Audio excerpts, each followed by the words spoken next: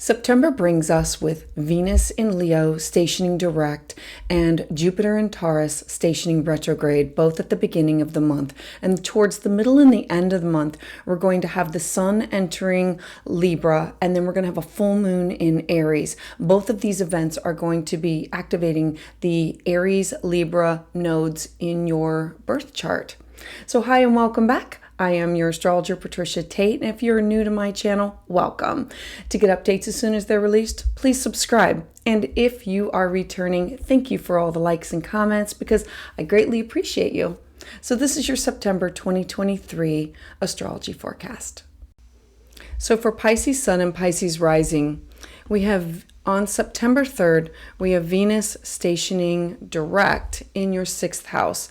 Now, Venus has been going back and forth over the area of your life of needing to have boundaries. This could be where you volunteer too much or where you give too much of yourself and it's at a detriment for your health. Remember that the 6th house is our mental, physical, spiritual health and well-being. And I have a separate video on that. But now, stationing direct, it's about sorting through these issues and it's coming to an end, and it's about finding more inspiration and finding creativity that's been lacking or missing in this area of your life of how do I find a mentor? How do I find this balance? How do I make these things happen? Because I feel like it's been missing. And now I'm passionate about it and I want to go after it. So your energy is definitely going to start to return at this time.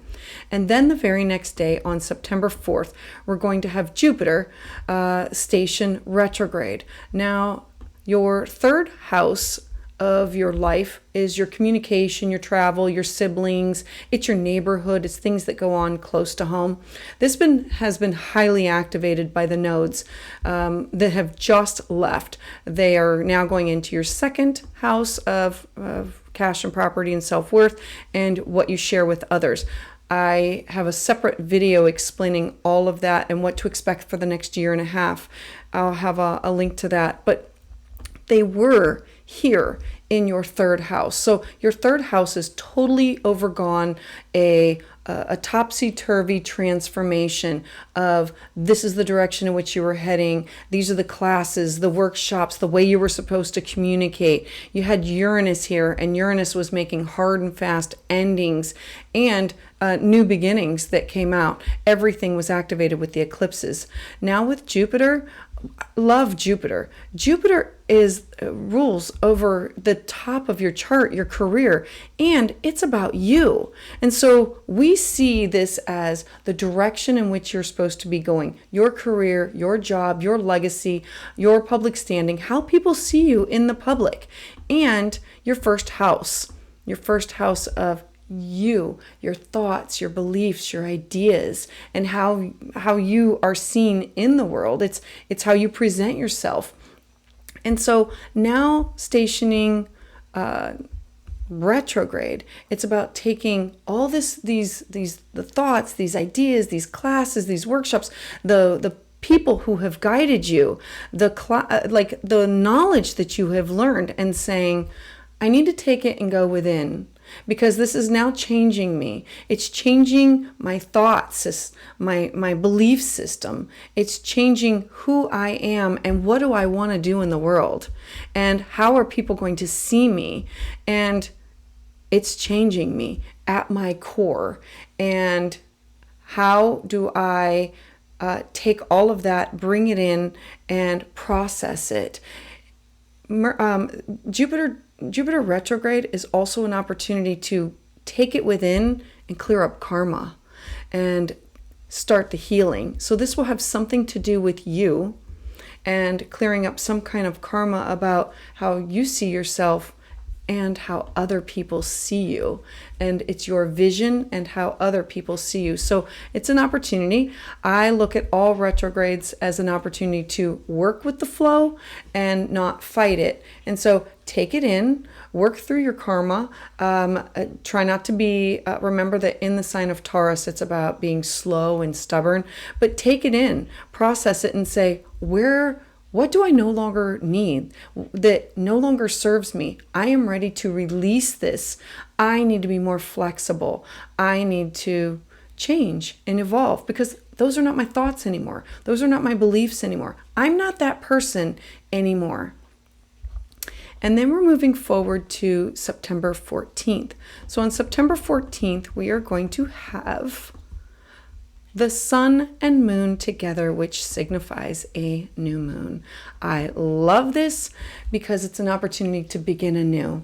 The sun also rules over your sixth house of what you give to others and mentorship, and your moon rules over what brings you personal joy, your children or being childlike, your creativity, art, music. And a new moon in your seventh house is about, I need to have new moon intentions that revolve around partnership, significant others, best friends, clients. So new moon intentions can be, remember that this is your +1 house.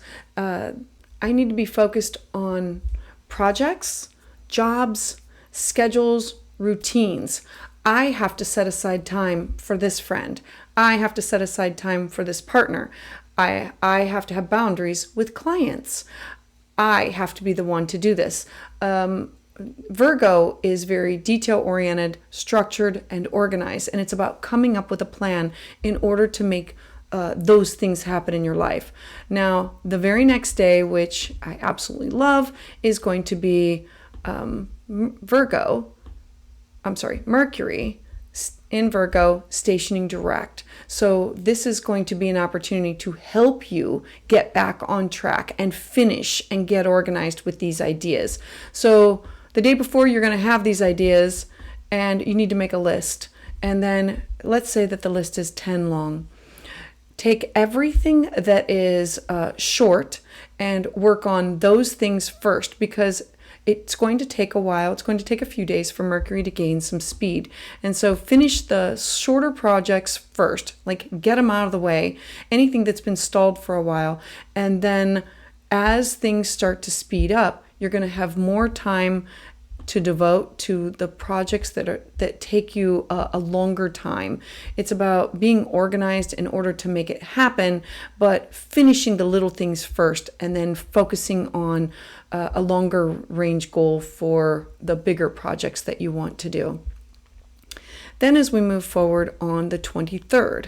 So on the 23rd, we have the sun moving into Libra. I love this in that it's going to activate the nodes. The south node is an area of our life that we are very comfortable and we fall back on. And the north node of our life is an area where we need to push forward for change. And so the sun moving into Libra in your 8th house of shared resources, this is Libra. I need to find balance, and I need to find balance with partnerships and fairness and being equitable. And it will be linked to your service to others. It will be linked to your career, your home. How do you find this balance between what you give to others? Now, Sun in Libra is really good at asking two different parties to both give a little to come up with a happy solution. The Sun in Libra in your 8th house may mean that you now have to be the one to negotiate for yourself in order to find a balance. I believe that's going to be true because of the nodes being here and what is mine and what is other people, what belongs to other people, what is for my self-worth, my cash, my property. Now, the rest of the story goes along with the full moon. So we move forward to the 29th. So you have this story starting.